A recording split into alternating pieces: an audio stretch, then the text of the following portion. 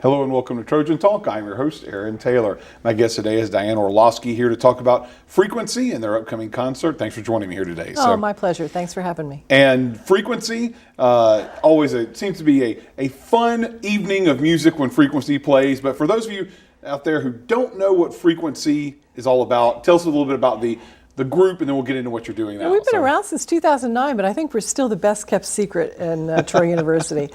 We are the resident vocal jazz ensemble, and most choirs, most schools have vocal jazz ensembles. They've had them for 20 years, and we just added ours in 2009. They're a very popular group, and we have a little dedicated following that comes to every concert. So. And the dedicated following, I guess, kind of plays in to what you're doing for your end of the year concert here, right? Yeah, I mean, we've performed a lot. We performed at the Dothan Opera House with the jazz band. We just did a vocal jazz invitational with Lee Wilder from Indiana, who came down and worked with them.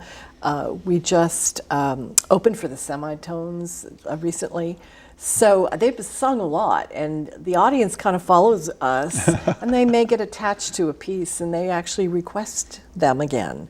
So this is like the greatest hits from this year. It kind of turns out to be. And a lot of times I know you have a plan with all of your choirs that you lay out what you're going to be singing and put it out there. But this seems a little bit unlike you and letting it kind of go from what the audience does. With this group, I'm kind of organic. And this group, I kind of let it grow, and the sets sort of come along the way, and the 20-minute set we did for the Semitones was just incredibly awesome. So we'll definitely revisit that, and there'll be a lot of hooping and hollering from the audience because they just love what these kids do. So really, with jazz, you organic and just let it flow on its own. Who would have thought that Who could would have possibly thought jazz happen? would be organic? Yeah. But this group is, it's always special. But I have 6 people who are either graduating or stepping out to finish a degree, and you know how that goes. We have to get them graduated. So next year there'll be a lot of new blood.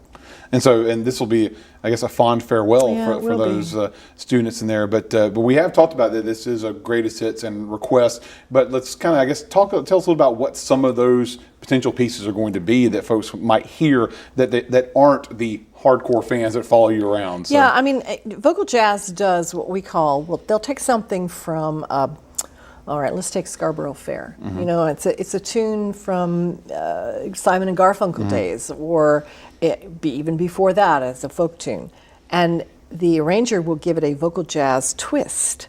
And so we do a lot of that, many contemporary sounds, and all kinds of kind of emotional centers. We're actually doing a couple of swing numbers, which harkens back to the 40s and 50s, and I think that the audience really relates to that as well. So a lot of a cappella.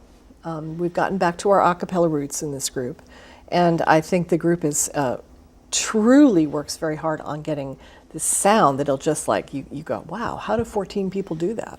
And then any pieces in particular that we might recognize and know that we're seeing the show?